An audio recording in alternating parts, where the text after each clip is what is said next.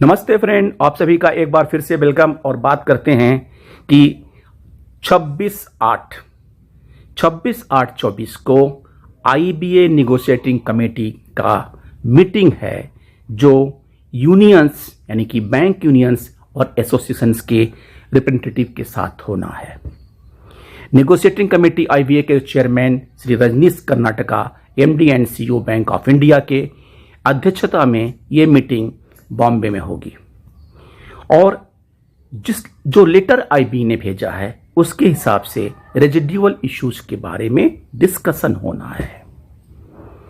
अगर हम बात करते हैं कि 8 मार्च को जो 12th बाईपार्टाइट सेटलमेंट हुआ उसमें जो हमारे जो रेजिडुअल इश्यूज आए उसमें 15 पॉइंट रेजिडुअल इशू उस सेटलमेंट का पार्ट है, जिसमें फर्स्ट था इंप्रूवमेंट इन पीएलआई स्कीम।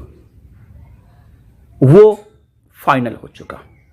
कुछ बैंकों ने, लगभग 6 बैंकों ने उसका पेमेंट भी कर दिया, यानी कि ये रेजिडुअल इशू से हट गया। लेकिन रेजिडुअल इशू में 5 डे बैंकिंग का कहीं नाम नहीं आया, जबकि वो रेजिडुअल्स ऑलरेडी है ही।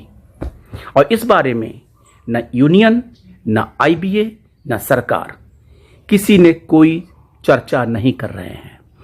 और जो नेक्स्ट है, जो लिस्ट में 15 लिस्ट में जो 14 बचते हैं, वो है सेकेंड पॉइंट पे updation of pension for past retirees, provision to be made in the pension regulation to provide for periodical updation of pension along with the wage revision settlements.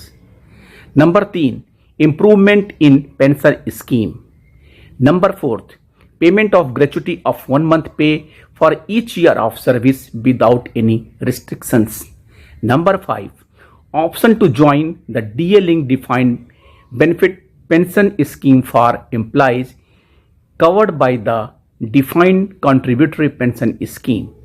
Number 6, extending of ex gratia to pensioner of private banks. 8, premium of medical insurance policy to be borne by bank. 9th, improvement in the group medical insurance policy. 10th, adequate recruitment of banks. 11th, DA scheme of all pensioners to be at the uniform index of 8088 points. 12th, modification in the provisions on disciplinary action and the procedure.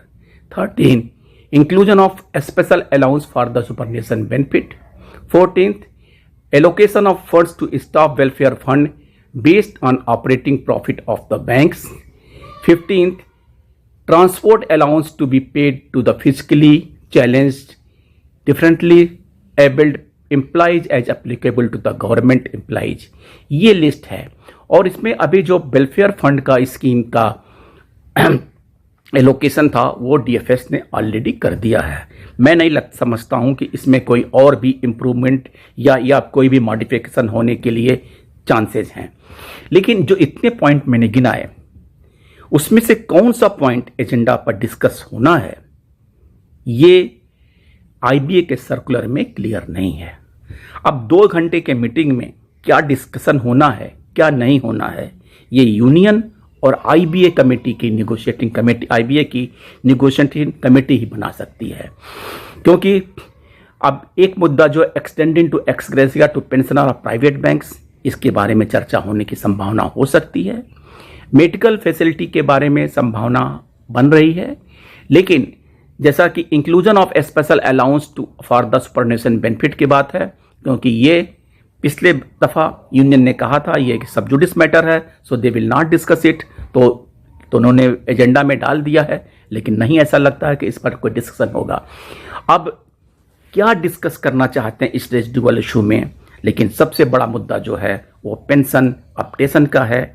और यदि union वाकई bankers के benefit की बात करती है तो 2 मुद्दे उनके सबसे बड़े हैं। एक तो एम्प्लॉइज के लिए 5 डे बैंकिंग और रिटायरीज के लिए पेंशन अपडेशन और हेल्थ इंश्योरेंस स्कीम। इन दोनों के बारे, इन 3 मुद्दे पे जरूर बात करनी चाहिए। हालांकि 5 डे बैंकिंग रेजिडुअल इश्यूज का एजेंडा नहीं है, सो मुझे नहीं लगता है कि कोई यूनियन इसके बारे में बात करेगी। तब तक के लिए 26 अगस्त को देखते हैं क्या डिस्कस होता है, फिर मैं आपको अपडेट करता हूं। तब तक के लिए थैंक यू, नमस्कार।